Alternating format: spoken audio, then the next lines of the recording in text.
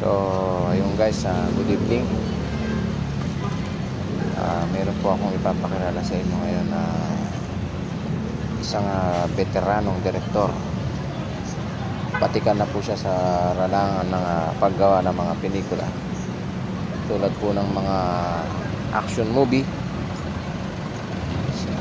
Siya po ang gumagawa, mga pinanlalaban po sa mga international. Ipapakilala ko po siya. Eto po. Direk. Ayan. Umpisa na po ang shooting natin, Direk. Umpisa na ba? Kaya ba?